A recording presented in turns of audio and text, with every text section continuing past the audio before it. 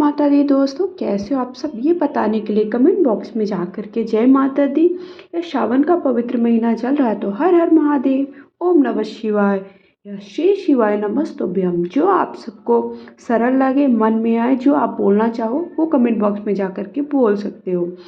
Video देखने के बाद आप सब ये बोलोगे तो मुझे ये समझ में आएगा कि आप सबने वीडियो देखा और आप सबको वीडियो पसंद आया है। साथ ही साथ श्रावण मास के महत्व की कथा का अध्याय 8 आप सबके लिए आज मैं लेकर आई हूँ।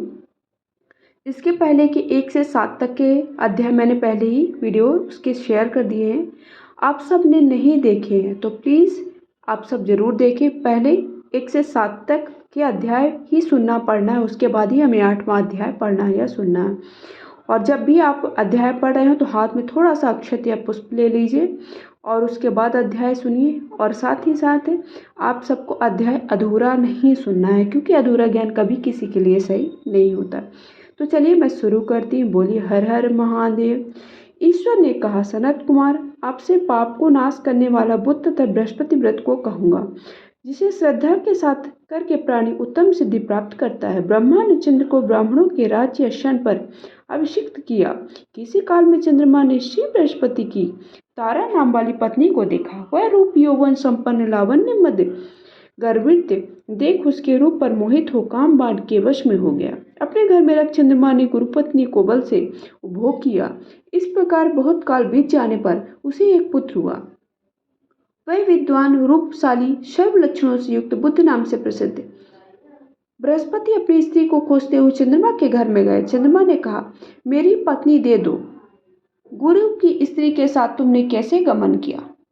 गुरु तुल्य पाप से तेरा कैसे छुटकारा होगा? इस बड़े पाप के सहयोग में तुम्हारी कैसी बुद्धि हुई? तेरी प्रिय और अपनी गुरु की स्त्री को मुझे चुपचाप दे दो।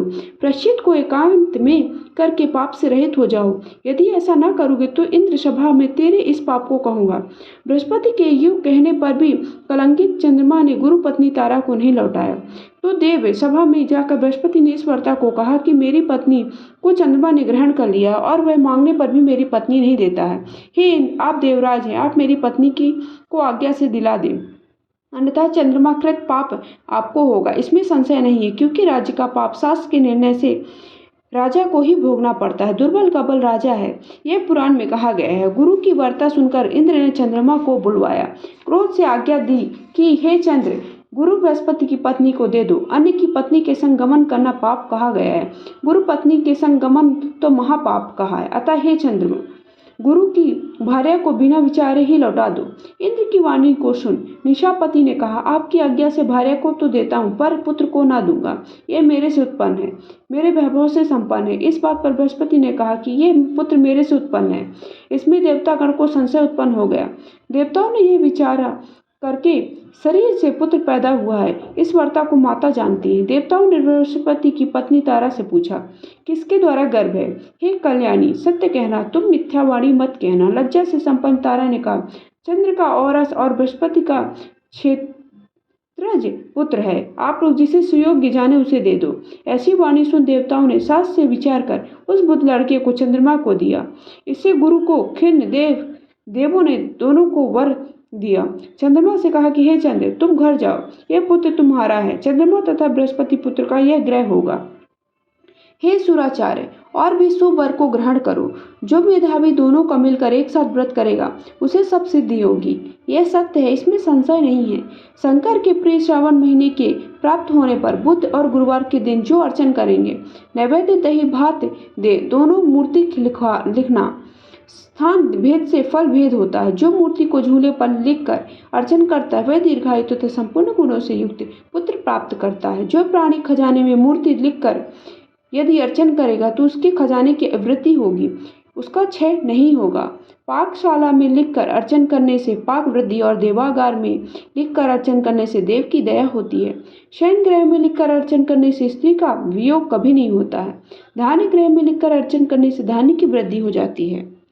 इस तरह तत्स्थान में उसका फल होता है। 7 साल व्रत करके उद्यापन करे। पहले रोज अधिवासन कर रात में जागरण करे। सोने की प्रतिमा का निर्माण विधि द्वारा अर्चन करे। 16 उपचार द्वारा अर्चन कर होम करे। तिल, घी और खीर प्रज्वलित अग्नि में दे। चिचिड़ा तथा पीपल की समिधा होम कर पुनः आहुति करें। मामा तथा भांजे को अच्छा भोजन कराकर अन्य ब्राह्मणों को भोजन कराएं, स्वयं भी भोजन करें। इस प्रकार 7 साल तक व्रत करने वाला व्रती सब इच्छाओं को प्राप्त कर लेते हैं। सनत कुमार ने शंकर से कहा, हे भगवान, आपने जो मामा तथा भांजे को भोजन कराओ ऐसा कहा, इसके कारण को कहो। ईश्वर ने कहा, हे सनत कुमार, पहले समय में मामा और भांजा दोनों दरिद्र थे। वे दोनों भांजे के लिए भोजन के लिए घूमते हुए थक गए। किसी सुंदर नगर में वे दोनों धान मांगने के लिए गए। उन्होंने प्रत्येक मकान में श्रावण महीने में उसी व्रत को देखा।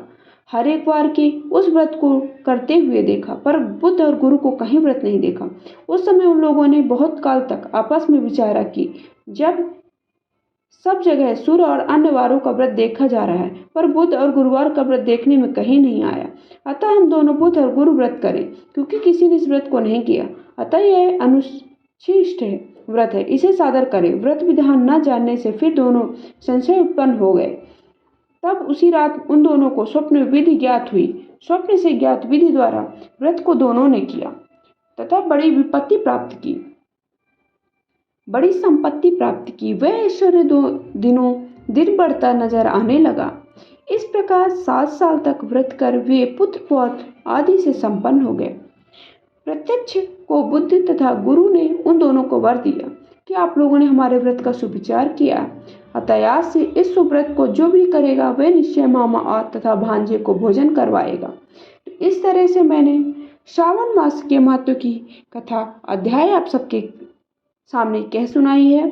9वां अध्याय अगले वीडियो में आप सबको प्राप्त होगा। तो इस तरह से श्रावण मास के महत्व की कथा में आप सबको कौन सा व्रत करना चाहिए, क्यों करना चाहिए, श्रावण के महीने में हमें कितने व्रत करने चाहिए, और कोई भी व्यक्ति है उसे कम से कम एक व्रत तो अवश्य करना चाहिए।